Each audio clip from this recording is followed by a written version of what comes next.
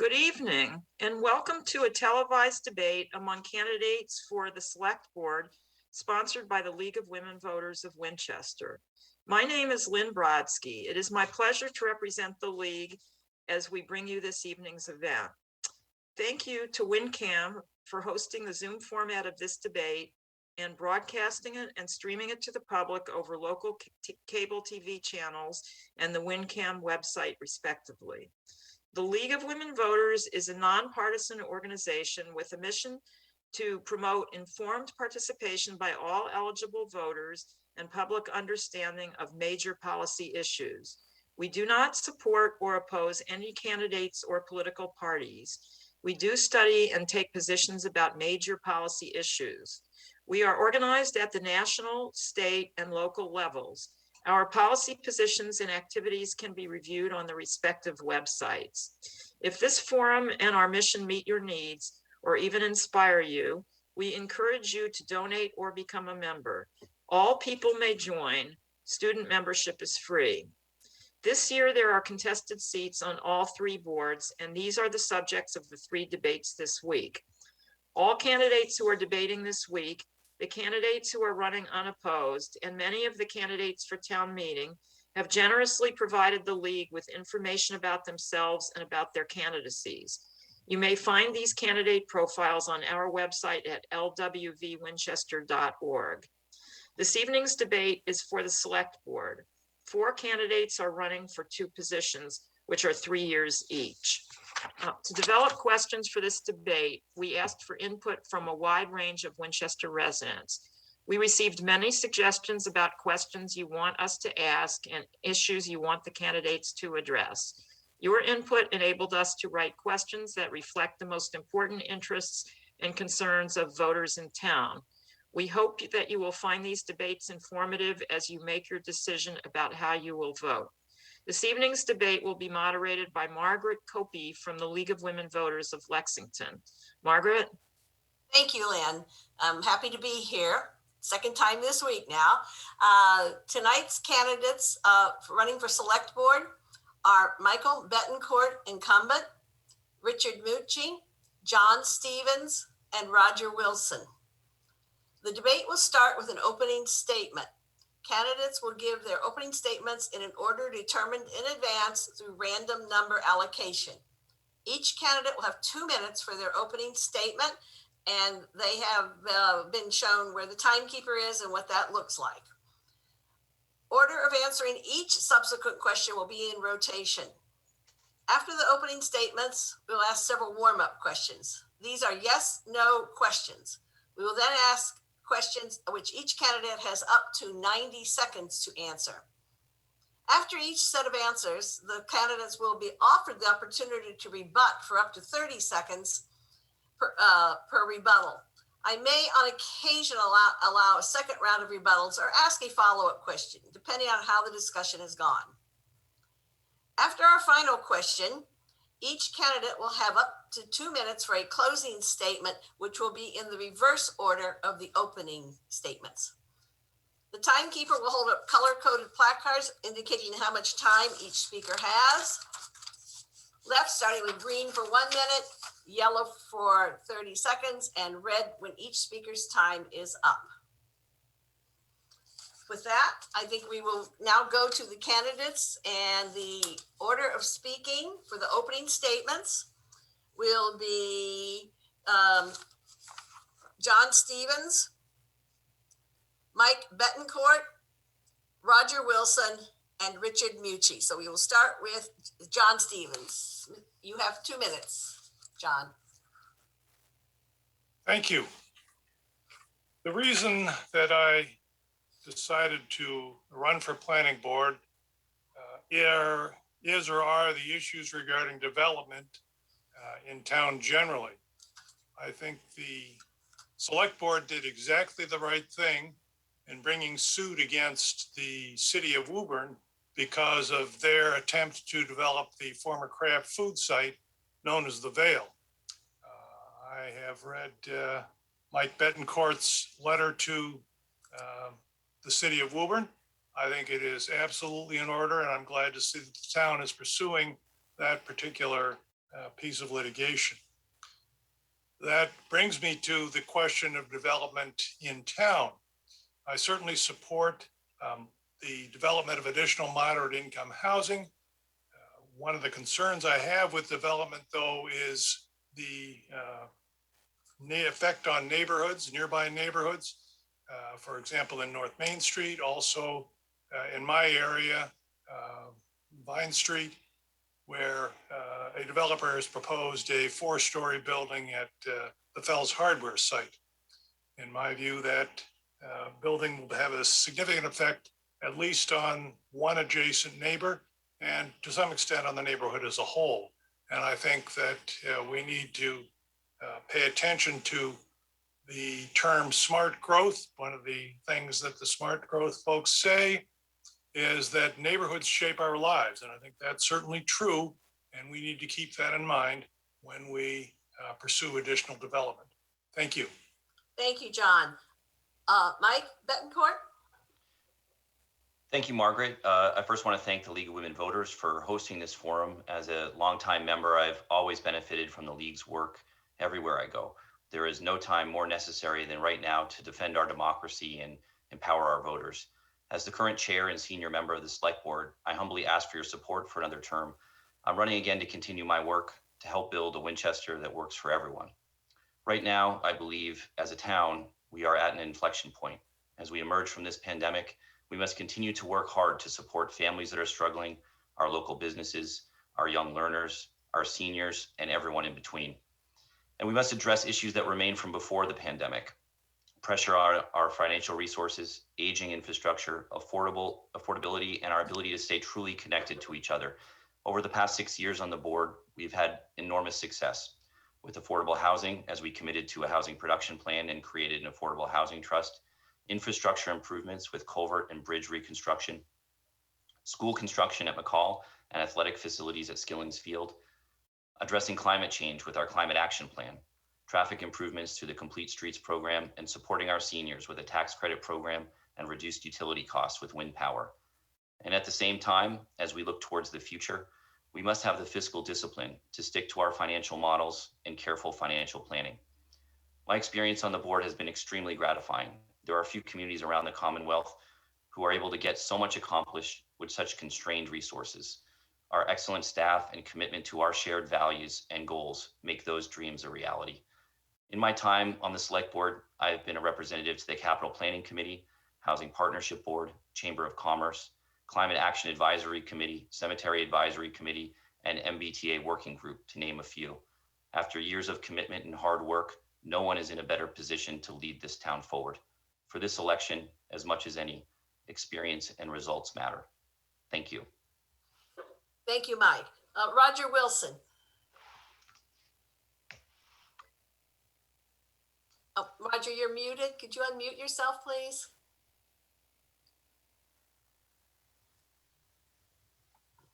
Sorry about that. That's okay. You have 2 minutes now. Okay, thank you. I'm Roger Wilson, and I'm offering to serve you on the Select Board as the experienced voice for progress. Progress doesn't just happen. It takes vision, it takes collaborative effort, and progress takes practical skills. I enjoy sharing the work of self-government. I keep learning every day. I'm confident a seasoned perspective like mine improves the mix and means better results for you. My service includes 21 years on town meeting, 9 years on the Finance Committee, duty as co-chair on the Traffic and Transportation Advisory Committee, a founding board membership on the Right Lock Farm Conservancy, stints on the Personnel Board and Capital Committee, and 5 terms as president or vice president of the middle school and then the high school parent faculty associations. My wife, Marilyn, and I have lived here 36 years. We've raised 2 kids here who attended Winchester Public Schools from kindergarten to graduation. My education in finance and my entrepreneurial career, providing executive training for state and local governments, are highly relevant. I'm part of an older demographic that accounts for 1/3 of our adults in our community, but I'm running to serve everybody in our community, especially those young children who are the age of my grandkids and represent our future. You'll benefit by electing me to the select board from the fact that I have been through many cycles, economic, demographic, technical, and political. You can trust me to use my experience thoughtfully, creatively, collaboratively, and constructively. That's why I ask for your vote March 30th and your active support over the next few days. Thank you, Roger. And finally, Richard Mucci. Rich, you have 2 minutes. Thank you, Margaret. Good evening, and thank you to the League of Women Voters for this opportunity tonight. I am running for one of 2 open seats on the select board because I want to keep Winchester moving forward. I have been fortunate to live in Winchester for nearly 20 years, and my wife Stacy and I chose to raise our children here because of the character of this community. For almost a decade, I have operated my law firm in the heart of Winchester Center, and I have been fortunate to work with many of you in both my capacity as a lawyer and through volunteer activities in town. I have built a vast network of relationships in town through my work as a town meeting member, president of the board of directors of the Council of Social Concern, as a member and past president of the Rotary Club of Winchester, as a member of the board of directors at the Chamber of Commerce, coaching youth sports, and most recently, as the co-creator of Winchester Together. If elected, I plan to draw upon these relationships and experiences to move Winchester forward. I believe my diverse experiences and perspectives as a longtime resident, parent, small business owner, and active member of the community will serve me and our town well on the select board. I will rely on these experiences to lead and foster more collaboration between town boards, public and private partnerships, and spur action. Obviously, the COVID-19 pandemic has turned life upside down for all of us. While the national and state governments attempt to address large-scale issues, we need our select board in collaboration with other boards and departments to address and respond to the everyday needs of the residents of Winchester. Without this creative and forceful leadership needed to equitably and inclusively reopen Winchester, it does not take much imagination to envision Winchester going from a bustling bucolic town to a ghost town in short order. I am running to add a voice to our town's leadership. If elected, I will use my seat on the select board to ensure that we maintain what has made Winchester a desirable and vibrant community, and to take advantage of the opportunities that will increase the quality of life for all our residents. Thank you. Thank you, Rich. We'll now go to the warm-up questions. Please answer yes, no, or I don't know. If you need to qualify your answer, please keep it brief. You will have the opportunity to address these issues at length later in the debate. So we will start with the first warm-up question, and we will start with Mike. Do you support the upcoming 12.7 million ballot question to fund immediate repairs to the Morocco School and to complete the nearby flood mitigation? Yes or no? Absolutely, yes. Roger. Yes. Rich. Yes. Yes. Okay. And John. I agree with all 3. Great. Okay. Going on to the next one, and Roger will answer the next one first. After the current override question, do you anticipate the need for additional large overrides over the next 5 to 7 years? Roger. Yes. Rich. Yes. John. Yes. Mike. Yes. Okay, now to the third question, and Rich will start with this one. Do you support revisiting the issue of allowing a marijuana retail business in town in order to generate commercial tax revenue as well as customers for other local businesses? Rich? No. John? Haven't studied that one, so I'll take a pass. That's okay. Mike? Maybe it's really a question for town meeting. Okay, and Roger? I'll pass. Okay, the next question here, and we'll start with John. Do you support the project being advanced by Swim Winchester to build an indoor community swimming pool on Skilling's Field? John? I do. Okay, Mike? I sure do. Roger? That's too important a question for yes or no. Okay, and Rich? Yes, absolutely. The next question, we'll start with Mike. Do you favor allowing non-citizen residents to vote in municipal elections in Winchester? Mike? Yes. Roger? That is also too important for a yes or no. Okay, Rich? Yes, if the state permits it. And John? Yes. Okay, and the last yes/no question, we will start with Roger. Wellesley recently voted to cease observing Columbus Day and to start observing Indigenous Peoples Day. Would you support discussions of such a change in our community? Roger? I like discussions. Okay. Rich? Yes, I agree. I like discussions too. John? I'm a lawyer. Yes. So that's a yes. Okay, and Mike? Yes, as long as those discussions lead to action, then absolutely. All right. Okay, we'll now move to the questions that have 90-second answers. And with this, the first one we'll start with will be Rich.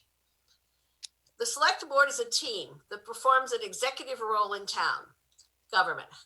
How will your approach to teamwork inform your actions as a member of the select board? You have 90 seconds, Rich. Thank you, Margaret. So I've been lucky to be a part of several teams in my career. I started out in the Middlesex District Attorney's Office. I rose to the ranks of a supervisor and supervised a team of 15 assistant district attorneys in the Lowell District Court. I've, through my community involvement, have led the Council of Social Concern, the Rotary Club, Winchester Swim and Tennis. So I know what goes into teamwork. The most important part of a team is listening. We need to foster an environment where we listen to our team members. We make a safe environment so that people feel compelled and if necessary to disagree with each other, because that's healthy. Through disagreement, through listening, we find solutions. And any environment like a select board, we need to do that. Thank you. And I've neglected to mention that at any time, if you need for me to repeat a question, please ask me, don't hesitate. John. I would echo what Rich had to say. I think it's a matter primarily of listening to what others say. It's certainly important for an individual as well to speak one's own ideas without feeling as if that can't be done. Cooperation is the key, and I think people do have differences of opinion, but we can overcome those we can at least accept those differences, or we should accept them when we act as a board together. It has to be done that way. Thank you. Mike? Yes, thank you, Margaret. I think this is really the fundamental role of a select board member is collaboration. And it's working with each other, certainly on the board. And I agree with Rich, creating a forum where there can be disagreement and move forward the town's policies. So certainly it's working with all of our staff and other town committees, town meeting members, and doing outreach as well. It's not just waiting for that collaboration to show up at your front door. You've got to go out and find it. And so outreach to find the opinions that maybe are ones that you don't like, and bringing them to the table and really moving forward the town as much as possible. But absolutely, collaboration is what I've found to be the only thing that ties the select board to success. So thank you. Thank you. Roger, 90 seconds. Thank you. You can't have common sense government without some common set of facts. And one of the elements of working as a team is to really understand other people's ideas of what is factual, and understand also that differing opinions don't reflect on somebody's character or what have you. So I would look forward to a team effort to understand what the facts are. Thank you. Okay, the next question will start with John. Please help us visualize your strategy to achieve a sustainable revenue plan without the need to pass large overrides on a regular basis. 90 seconds. Oh, John, you're muted. Could you unmute yourself, please? Probably just as well, but I should be muted. Thank you, Margaret. I have not studied the numbers in detail. Certainly, if elected to the board, I'm going to make every effort to keep the need for additional revenue as low as possible. However, I don't think that is going to be possible in view of some of the capital planning aspects that we have to deal with now. For example, Morocco and certainly the transfer station. Those are all going to be expensive, and I don't know that there's going to be a way to significantly trim the costs involved. Thank you. Oh, thank you. Mike? Thank you, Margaret. I think that one of the issues is right now with the school enrollment increases that we've seen over the past decade, there's really a structural deficit there where the cost to educate kids, which is certainly worth it, outweighs what we're paying in taxes individually. So those smaller increases over a period of time where we need additional revenue through overrides, they're going to be there. So I think one of the things that we really need to do, and we have been doing, is bringing additional revenue to town, new growth, but also we'll see growth in our businesses with the new MBTA project completion. A lot of new businesses that will be coming down, and there's been several new businesses that have opened up in the town center since the pandemic started even, and a lot more housing in the town center as well will bring foot traffic. So additional revenue certainly, but I also recommend an override study committee, which I've recommended in the past, where each and every expenditure that we make, we study and we analyze to see what impact it's going to have in future years. We have great forecasting models. We have 1,000,001 spreadsheets out there. But the most important thing for us is to really be disciplined about how we spend money and what we can do and what we can't do. Thank you. Roger? The way to avoid overrides is to avoid spending.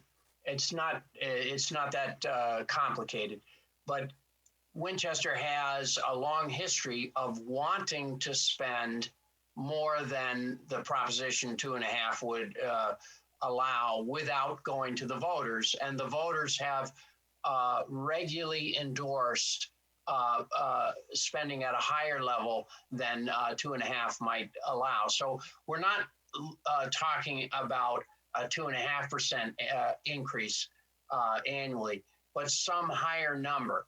The difficulty is in confining the discussion to reasonable rates of increase, which means then we get to really analyze what we're spending on what, and maybe not spending on an old program in order to spend on a new program. And I would look forward to that effort very much. It's something I've been involved in for many years. Thank you. Rich? Look, our budget, 70% of it is a school budget. And I don't see that changing anytime in the future, given the pandemic and what has happened to our children over the last year and the services that will need to be provided to our kids.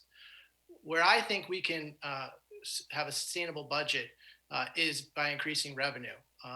Mike mentioned shops opening up downtown. That's going to be challenging as the pandemic ends and the MBTA construction begins and other development projects begin. I think we're still net down businesses in the center. We need to foster a business environment for the center. In addition, there's significant amount of grants available. We need a grant writer on staff to make sure that we are applying for the correct grants and achieving all those grants that are possible for our town. In addition, we need to find additional sources of revenue. Events, increasing the commercial base will certainly help. Increasing the residential base in adding housing units will certainly help as well. But short of that, I think we're going to be stuck with overrides unless we really start to think creatively on how we can generate revenue in this town. Thank you. With the next question, we'll start with Mike. What changes would you propose to increase business and commercial activity in Winchester? You have 90 seconds. Thank you, Margaret. I think that's a great question. One of the focuses that we've made in the last year or so in the pandemic is state grants. We received $2 million state grants for economic development in the town center. We've received shared streets grants, which allowed us to expand outdoor dining, which has been a real blessing, I think, in the town center to allow us to expand the size of restaurants and scale and drive people to retailers. So I think at the state level, there's a lot of opportunities that we've been really taken up on, and that's where I think we continue to focus our strength. But supporting our businesses is much more than just getting grants. It's creating an environment where our businesses can succeed. So it's financial support for the chamber and Connect. I know Rich has done a great job with the chamber and making sure that we're all working together to create a better business environment for the town center. And when people think of buying something, they buy locally, and I think that's important. Thank you. Thank you. Roger? Well, the increasing the business in the town center is, I think, by making the town center more attractive. A lot of retail space today is in restaurants. Restaurants are a major growth category in retail space. And we've seen that here in Winchester. Of course, the COVID impacted that, but I think it'll come back. And we want to improve the appearance, the pedestrian friendliness of downtown to make it a destination for particularly for people who want to step out and have an experience at a restaurant. Thank you. So I think Roger hit on something, making Winchester a destination for people to come is important. We need to look what our strengths are. What attracts people to Winchester? We're not a historic town. We don't have a beach or anything that would attract people to come, but we do have reasons for people that visit Winchester. And we need to explore those and certainly capitalize those and build an economy around that. In addition, we need to listen to our businesses. As a member of the Chamber of Commerce, as a small business owner in town, I know exactly what our businesses are going through right now, which is we're all scared.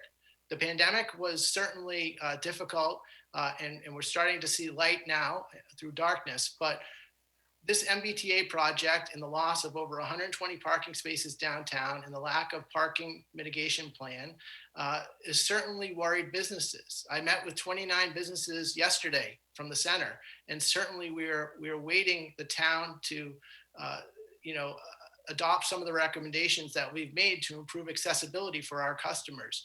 These brick and mortar stores don't have an online presence. They rely on foot traffic. They rely on car traffic. And right now, with all the construction downtown and the planned construction, bridge closures, and utility work, it's going to be very difficult for people to access the center. And we need that to improve, and we need that to improve right now. Thank you. John?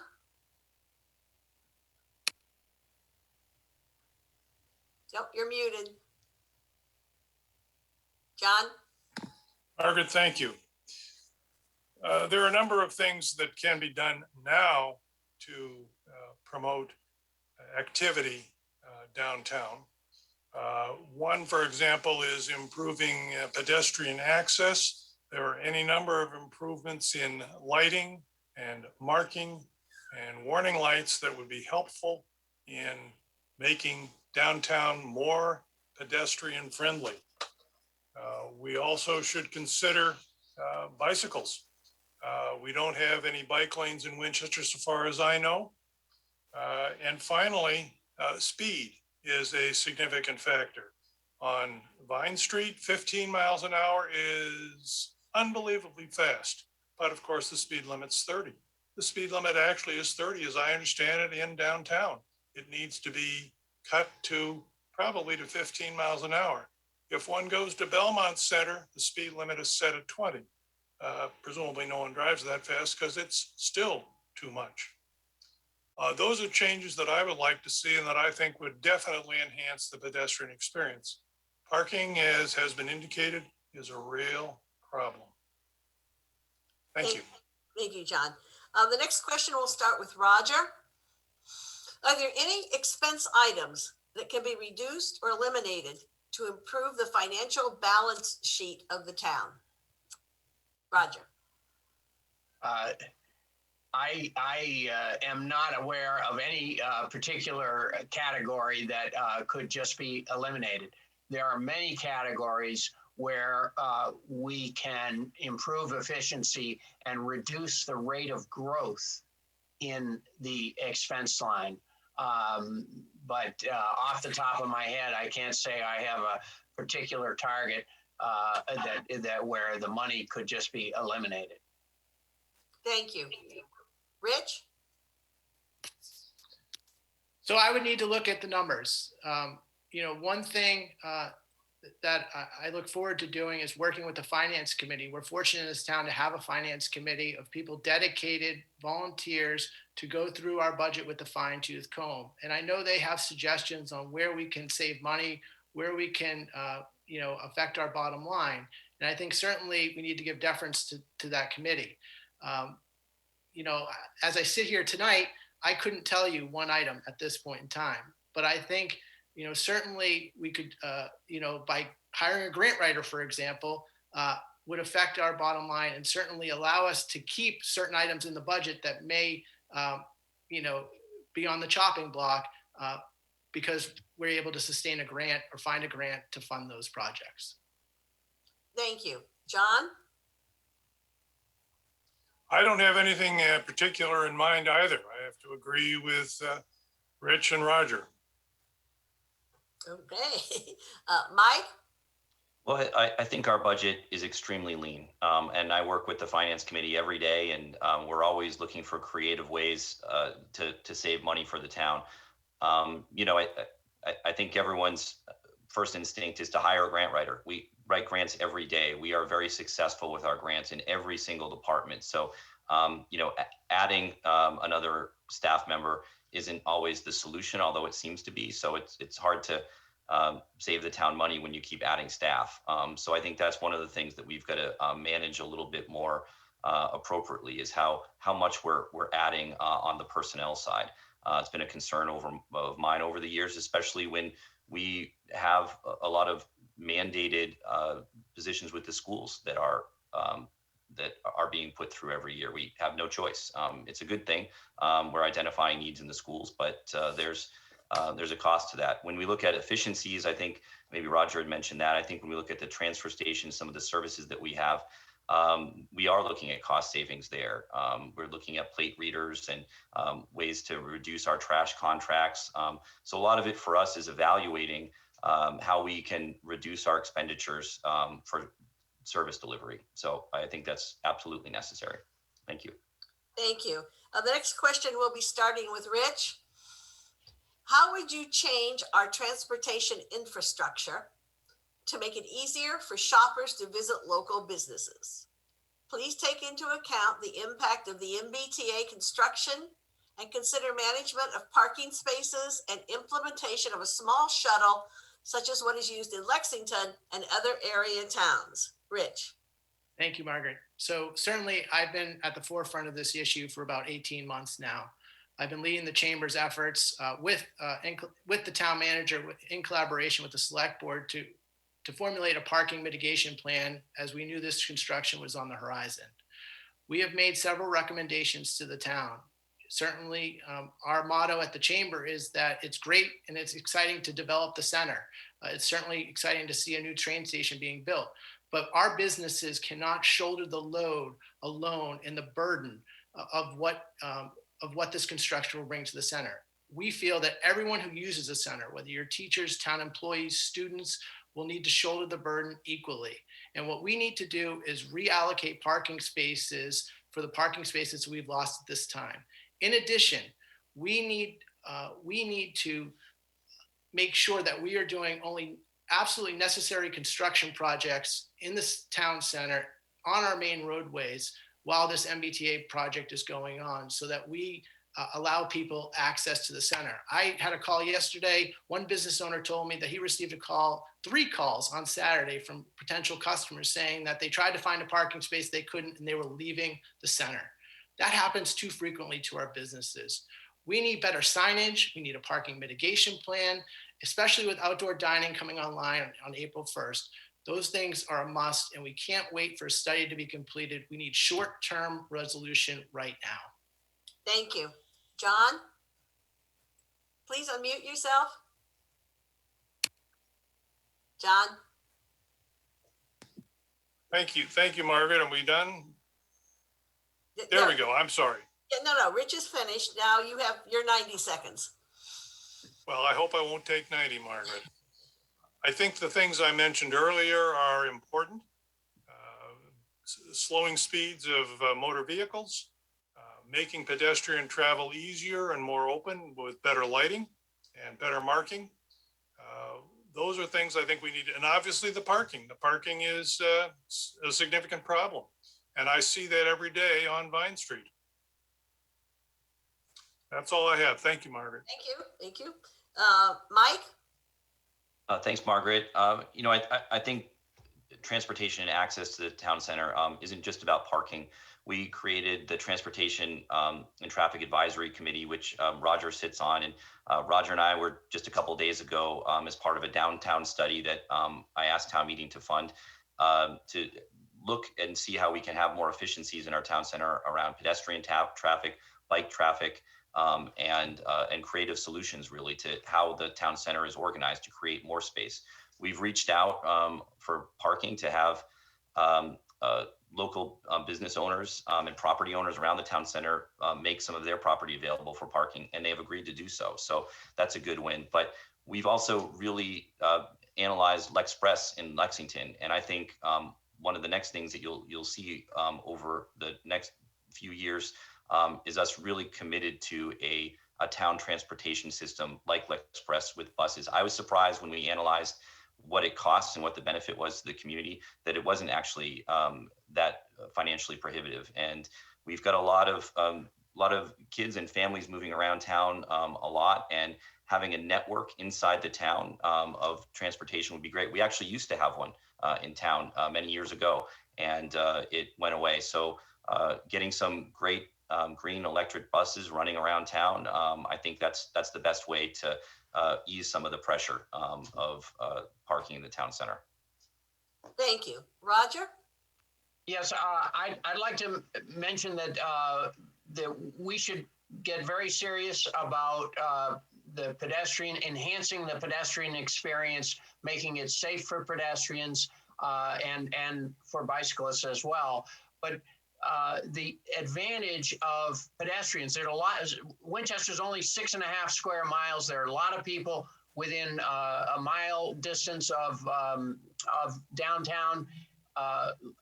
People on foot or on bikes shop more frequently. They actually buy a little less per shop, but they shop frequently, and they're very loyal customers, and they're not going to drive elsewhere. So I think that concentrating on pedestrians is very important. Thank you. Okay, we'll go to the next question now. And the next question, John, you will go first. The question is, apart from 40B projects, what would you propose to increase the supply of affordable and low-income housing in Winchester? Please feel free to comment on changes in zoning and mortgage availability that would start to reverse racialized residential segregation. John, you have 90 seconds. Thank you, Margaret. What needs to be done, of course, I think is what the town is already trying to do, which is to bring in additional development, which includes affordable housing. The concern that I have at the moment is simply that such projects are not necessarily appropriate everywhere. And I mention that in particular with respect to the project at 648, 654 Main Street, Fells Hardware. The project there does not, unfortunately, take care of the adjacent neighborhood. Anywhere else in the North Core would be fine. But unfortunately, that spot is inappropriate. And that's one of my concerns with how the town is proceeding to look for additional affordable housing. Thank you, Margaret. Thank you. Mike? But I think we've heard this before, right? Everybody wants affordable housing, just not in their neighborhood. So one of the things that we've done with the creating the Municipal Affordable Housing Trust and the Housing Production Plan is we've identified and incentivized affordable housing. So we have to commit as a town to building 40 units a year that to maintain our safe harbor, to keep really out of scale 300 plus unit affordable housing projects out. We are doing that. We are in safe harbor now, and we will continue to work on that. Inclusionary zoning is another really great option for us, where any project that goes up, like the one that John has mentioned in Fells Hardware, is required to have a percentage of affordable housing in it in order for it to get approved. So increasing that number to a point where it still is economically viable for the developer to build there, but also certainly looking at really getting rid of some of our zoning requirements that really limit affordable housing in a lot of areas throughout town. A lot of communities around the Commonwealth, around the country have done this, and I certainly would support analyzing that. And it's certainly something that we've seen in the master plan that the planning board put forward last year. So thank you. Thank you. Roger? So it's important for people to understand that there are two types of affordable housing. One is the deed restricted, sort of big A affordable housing, and the other is housing that is market rate affordable, such as the house that I bought when I moved in here.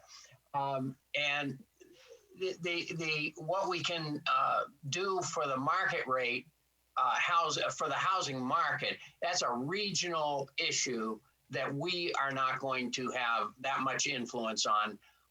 But we can have, for instance, in-law apartments, we can essentially loosen up our zoning.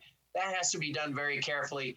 Most of the profits from that, when the market is so constrained as it is today, go to the developer and are not realized by the home buyer. So we have a tough situation as a result of a regional and actually national problem of restrictive zoning. Thank you. Rich? So when I hear housing, I immediately think of infrastructure.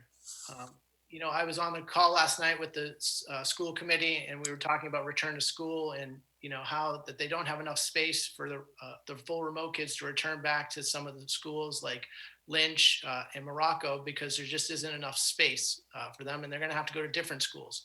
So when we talk about increasing housing units, I worry about our infrastructure. I think as a select board member, we need to address the infrastructure to permit housing developments to go forward. We need to improve our roadways. We need to improve our facilities so that we can certainly welcome housing developments. I think the smart growth way that we're doing it with these smaller developments is the right way. I am committed to the housing production plan. I see no choice, because we certainly in this town could not afford a 400 unit, 40B unit, a 40B development. Our infrastructure would be overwhelmed at this point. In addition, I think we need to look at our current housing stock and see if we can add deed restrictions and get creative in how we do that. We now have this fund that we can certainly make available in order to entice people to have a deed restriction and look at our existing stock and see if we can secure units that way, in addition to creating new units and new developments through zoning. Thank you. The next question will be starting with Mike. Winchester town government has already taken steps to reduce its carbon footprint. Where else will you look to identify more ways we can reduce our energy consumption and pollution and to increase our ability to withstand the effects of climate change on our municipal operations and infrastructure. Mike. Thanks, Margaret. One of the things that I've been working on over the past few years on the board is the climate action plan, and the select board adopted a climate action plan with the climate action advisory committee. A lot of hard work that was done there to identify steps that we need to take to really promote climate resiliency, reduce greenhouse gas emissions. And we have a plan. We are taking steps towards meeting our goals, which are very aggressive and consistent with the state goals. But I think anywhere in town government, whether it be the vehicles that we use or any of the resources that we use, even at the transfer station, how we manage our trash, we need to be focused on reducing greenhouse gas emissions. And one of the ways that we can do that is hiring a sustainability director to focus on that. And that's one of the items that's been recommended for this year's budget by the select board. And I think it's necessary, as Rich was saying earlier, when you're looking for grants and you're looking to really develop a focus on something in particular like climate, you need somebody that's doing it. You need to make that commitment. And having a sustainability director is one thing that most communities have been doing around us. And we need to focus on that in particular, and certainly also look at our energy impacts and building schools that are LEED certified and net zero as well. So that'll be something that comes up when we look at Lynch, that we're going to be building a school that's green. Thank you. Roger? Yeah. Sorry, I forgot. You're doing good. You're doing good. But, so I think the most important thing we can do is reduce our own town expenditures on energy and really focus on reducing our energy consumption, which benefits everybody in town because it reduces expenses as well. I'm not as enthusiastic about trying to influence essentially regional problems such as the kind of cars we drive. The state has plans to electrify the private and public fleets, and that's a critical plan, but it's not something that we can influence all that much. Thank you. Rich?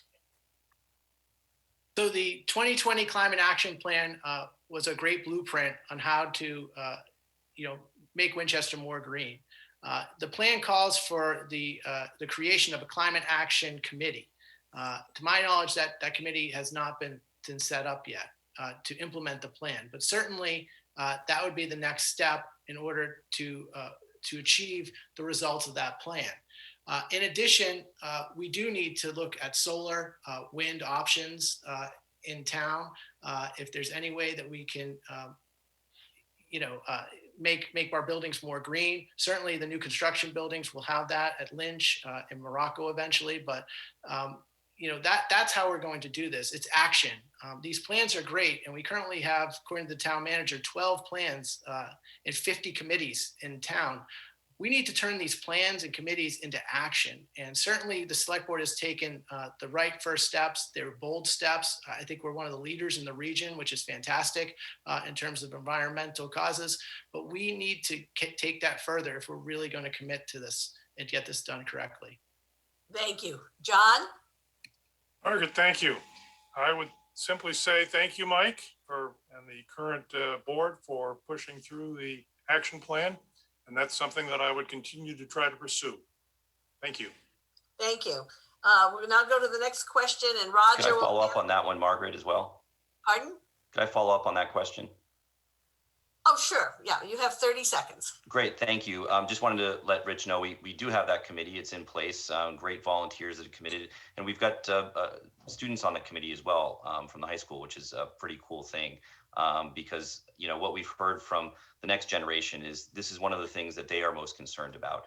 We have solar on the DPW building going on Winchester High School and Vincent Owen. So it's something that we've really actively taken a role in. So a lot of these steps that may seem like they're plans are things we're actually very heavily invested in and have actually taken action on. So, and there's quite a bit more. Thank you, Mike. Do any of the other candidates want to have a rebuttal of 30 seconds on this? Okay, seeing no one, I will move on now to the next question. And Roger will be the first one to answer this one. How will your ideas and vision translate into greater racial and economic justice in Winchester? Roger, you have 90 seconds. When people talk about the median income in Winchester, which is very high, it's like $160,000 per household. The fact is that half the households are under that median by definition. And the people who are less able to fund tax increases, fee increases, those are the people that we should be serving in town. And that makes the town more inclusive. Winchester was a bargain when I got here. It's a bargain for some people still. And we want to keep Winchester a good bargain for people of lesser means. Thank you. Rich? So certainly one thing is increasing our affordable housing stock, right? That will allow our seniors to downsize and maintain, members of our community. It will allow people, blue collar workers, our teachers, our firefighters, and other individuals to certainly live in the town where they may work. In addition, we need to be mindful of inclusion and equity in everything we do in town. Certainly our schools, certainly our economy, and certainly how we manage and fund different projects through town. So, I think as long as we're mindful and every policy decision starts with, is this equitable? Is this inclusive? I think, we'll be heading in the right direction. Thank you. John? Thank you, Margaret. I think it's a difficult issue to deal with. Every person is in fact a person and deserves fair and equal treatment. The problem that Roger alluded to, the median income in town is quite high. And that's the reason that I support affordable housing in particular. I'm not sure that there is much in the way of additional work that the town can do in that regard, but certainly housing being one of the principal costs that we face, I think that would be an excellent way to start. Thank you. Thank you. Mike? Thanks, Margaret. One of the things that town has taken action on this past year is really stepping back and evaluating our organizational structure and what are really those barriers that exist in the organization. So I think it's really it's a slow, meaningful process for us to really take an inward look at ourselves. Certainly, the financial issues are there. Housing and zoning has always been something over the years that has disproportionately affected people of color. And so as we look to the future, I think that there are benefits to certainly affordable housing, but also how do we attract people to teach in our schools, to work in our local government, to work in our local businesses, make them feel welcome and create an environment and a community that supports diversity and promotes it. Thank you. Okay, our next question will start with Rich. And the question is, what are the respective roles of the select board and the planning board in decisions about zoning in Winchester? Rich. So certainly I'm privy to the fact that the relationship between the select board and planning board has been strained over the last few years. And if elected, I am committed to repairing that relationship. I believe the planning board is the power that certainly deals with land use issues in Winchester. There used to be a time when the select board and planning board would meet jointly, a few times a year to discuss zoning changes. what has happened is those two boards have become fractured. And certainly I'm hoping with fresh candidates and new visions, we can certainly mend that relationship and work jointly and collaboratively to move zoning forward in this town and address issues that have plagued certain developments and stalled projects in this center. Thank you. John?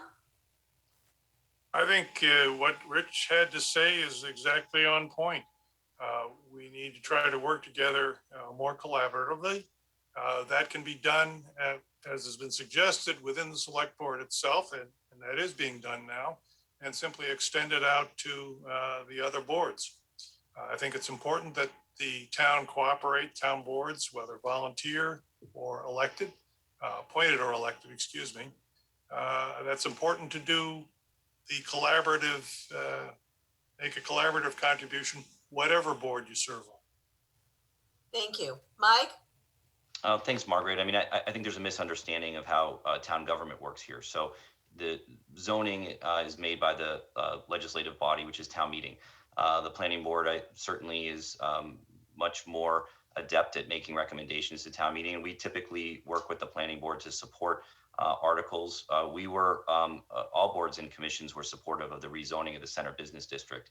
I think a lot of the struggle comes from when there's disagreement about applying the existing zoning.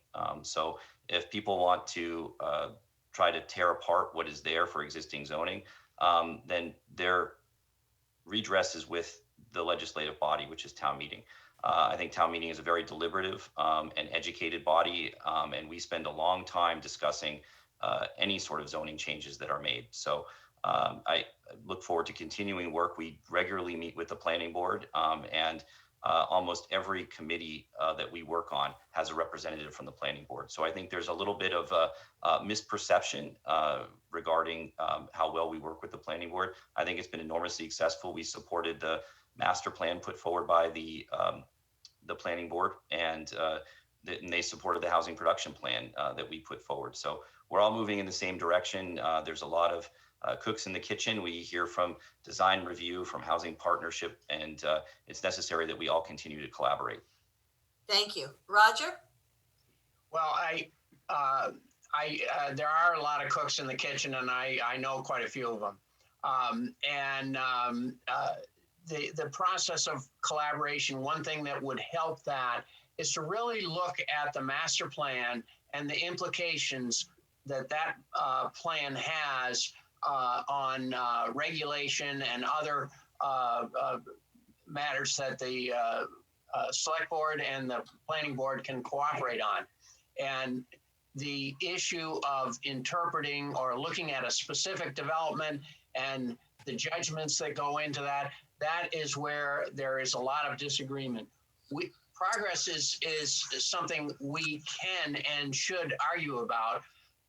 A lot of people have different ideas about progress, and that's part of the issue. Some people want Winchester not to change, and they use that power to make it difficult to get stuff done in Winchester. Thank you. The next question will be our last question before we go to final closing statements. And with this one, we will start with John. And the question is, what is your stretch idea for the town? Please be specific about a program you would change or develop if money, time, and space were not barriers.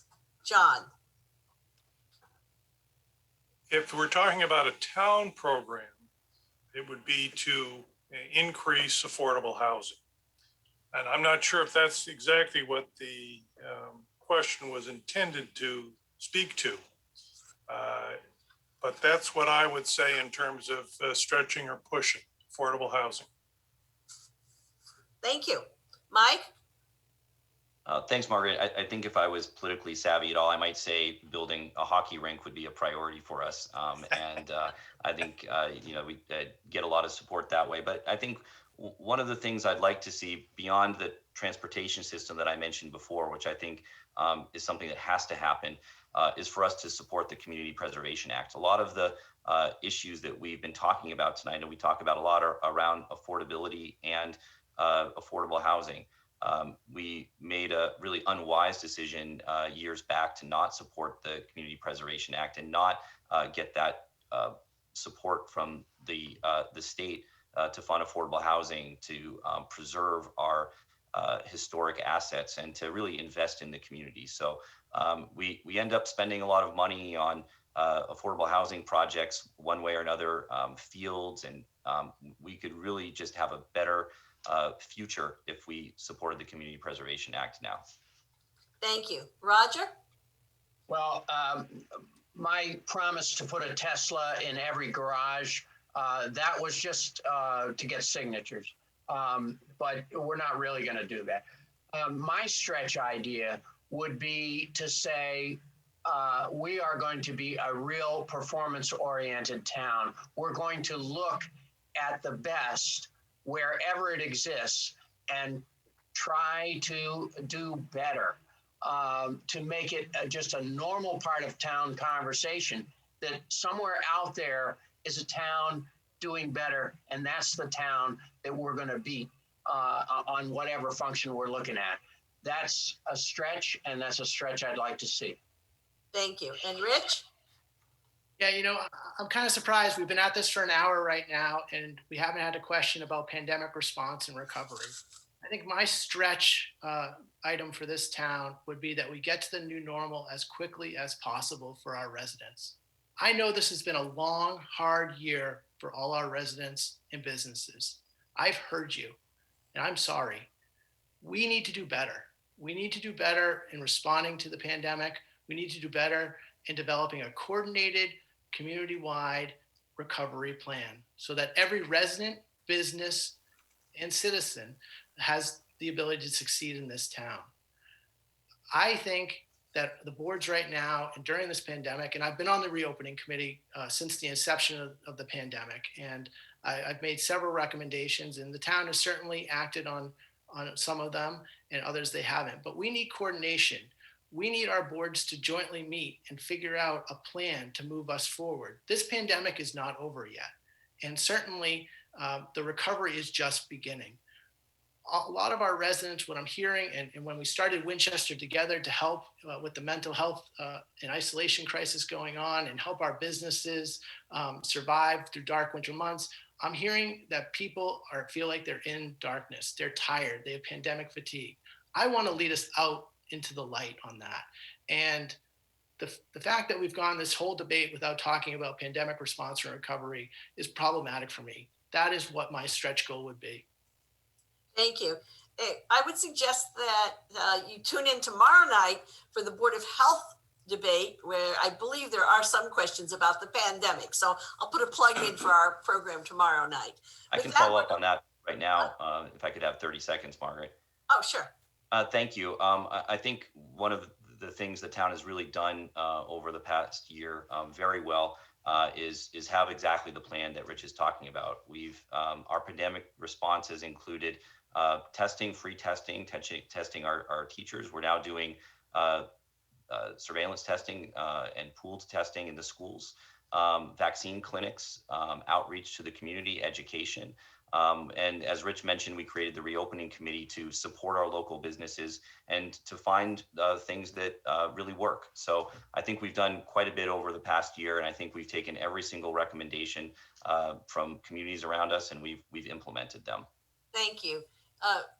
Do any of the other candidates want to have a 30-second rebuttal? Can I respond to that? Sure.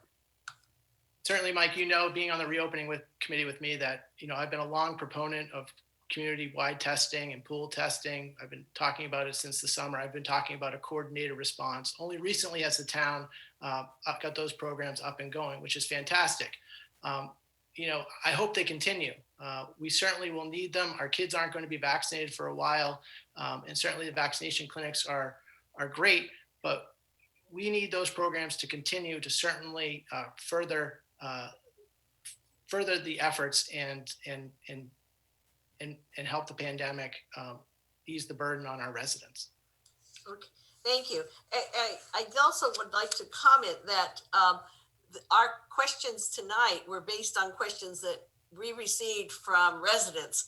So that it may be because we're doing Board of Health, they directed the pandemic questions towards them, not towards the select board. I'm just offering speculation. Yeah, Roger? I am gratified to see the numbers in Winchester, the fact that we're now green, whatever that actually implies, but we are seeing a drop. And so the trends are favorable. And I'm very pleased to see that Winchester is doing better than some towns. Thank you. And I just been reminded that we did have some questions about the schools with the pandemic for the school committee on Monday night, which you can catch on WinCam. Check their schedule. With that, we need to move to the closing statements. And since this is reverse order of the opening statements, Rich, you will go first. You have 2 minutes.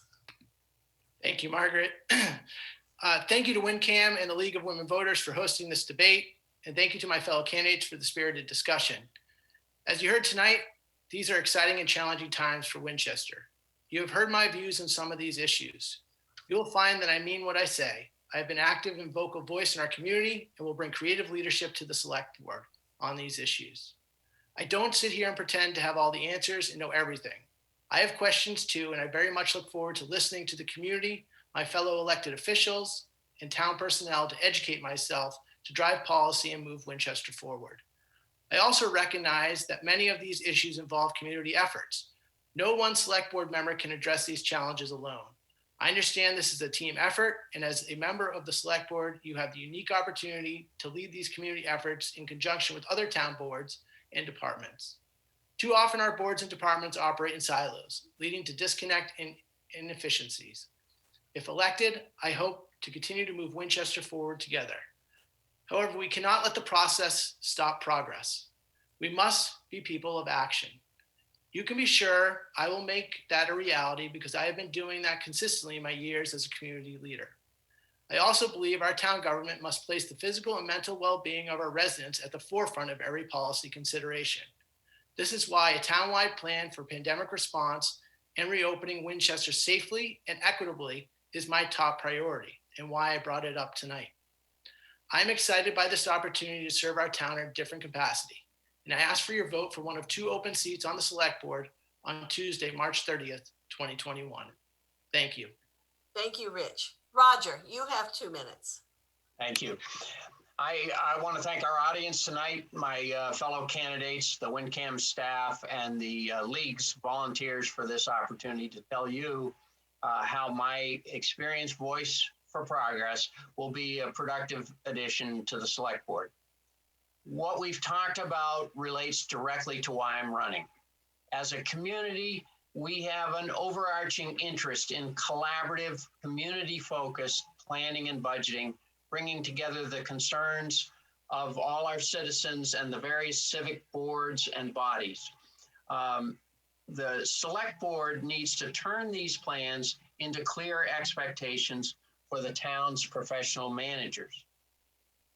The issue of affordable housing, which will shape Winchester's evolution, requires careful tracking. And transportation issues, my recent focus, are key to the quality of our daily life and the vitality of our town center. We've made a lot of progress in Winchester.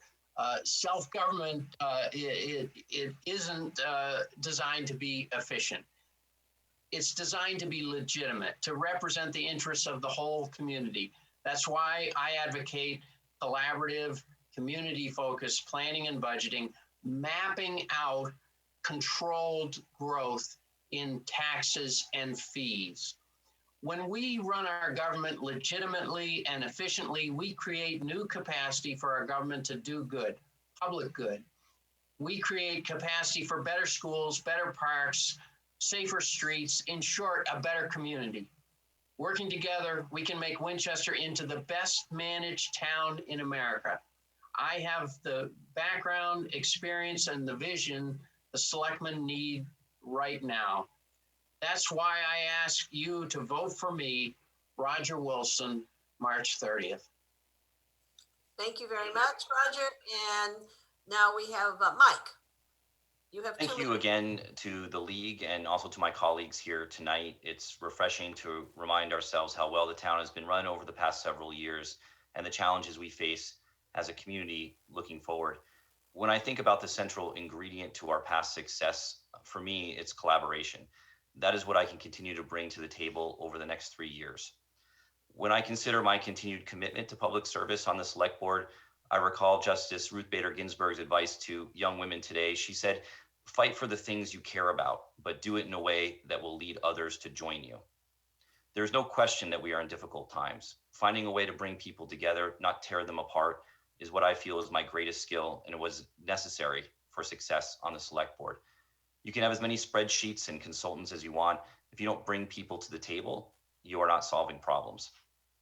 Continuing to build a Winchester that works for everyone means that we must commit ourselves to several specific things. Firstly, we must manage our finances openly and with discipline. We can't solve every problem right away. 2, we must help Winchester be kept from being an economically gated community by supporting policies and programs that allow residents to come here, stay here, and thrive here, no matter their age or tax bracket. We must support our schools through enrollment increases and other challenges, but also be prepared for some of the financial pressure that comes along with it. 4th, we must deliver top-notch municipal services. Continued market pressure means increased costs to our transfer station, water and sewer systems, and road maintenance. Careful planning will allow us to meet these demands cost effectively. The override for the Morocco culvert and school repairs is the most important infrastructure improvement in Winchester in a generation. We must support it, and we must support it now. Finally, support for our local businesses. Our town center will be under construction for much of the next 3 years, and we need to prepare to support our businesses with a parking plan and enhanced safety considerations, as well as financial support. I can say with confidence that the future is bright for Winchester as long as we keep our focus. Careful planning, collaboration, and discipline. This is the way. Thank you, Mike. And John, you get to be Thank you, Margaret. the closing act. 2 minutes. Thank you. I also want to thank the Winchester League of Women Voters and frankly, the Lexington League as well for loaning you out today. Thank you, Margaret. I should just explain that in Winchester, I've been here for more than 40 years. Mary Sue and I were married at the UU Church in 1990.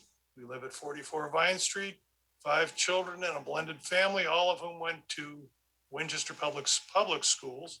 And actually, Mary Sue not only did that, but she went to St. Mary's as well. What prompted my interest in running for select board was the concern about development and increasing revenue in the town. I do support affordable housing, and I think that is a project that is a goal that we need to provide additional support for. The town has done, and the select board has done a good job to date. I think we need to keep pursuing that, and certainly, if elected, that is what I will plan to do. Thank you very much. I appreciate the efforts made by my fellow candidates and to the league for putting it all together. Thank you. Thank you. And that brings our evening's program to a close. I want to thank the Winchester League once again for inviting me. And I want to thank the candidates for a very informative evening. And now, Lynn. Thank you. So thank you to the candidates for showing commitment to our community by running for public office and for participating in our debate. And we would like to give special thanks to our moderator, Margaret Copey, for her skill, dedication, and energy in moderating all 3 debates, and for her help and advice in developing our procedures for this round of debates. Thank you to the members of the public who rose to the occasion and sent us a lot of suggestions for debate questions. We thank WinCam for producing this event. We thank the town clerk's office and the election workers for organizing a safe, orderly, and inclusive election. We here on screen would like to acknowledge contributions by a number of league volunteers who helped publicize, plan, and carry out this series of debates and related online information. And mostly we thank the voters for exercising your right to vote and have your voice heard. Please return to WinCam on cable or online at wincam.org on the government channel at 7:30 p.m. tomorrow evening, Thursday, March 18th, for the Board of Health debate. After completion of the debates, check WinCam's website for times that the debates will be rebroadcast on their government channel, on cable, or on demand directly from the website to your computer. And by the way, WinCam got the Monday debate back to us so quickly that we were able to post it on the Winchester Facebook page and also on the league's page. So you have lots of places you can see it. Please also visit our website at lwvwinchester.org to read candidate profiles for townwide boards and positions in many of the town meeting seats. Voting will be at your usual polling places, precincts 1 through 8, which you can find on the town's website or Facebook page. The polls will be open from 7 a.m. to 8 p.m. on election day, March 30th.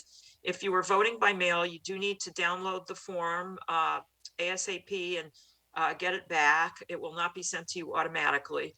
So do that as soon as possible. And your vote is your voice. Thank you.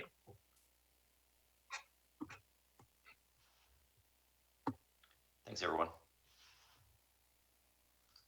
Thank you. Thank you. Thank you very much. Thank you.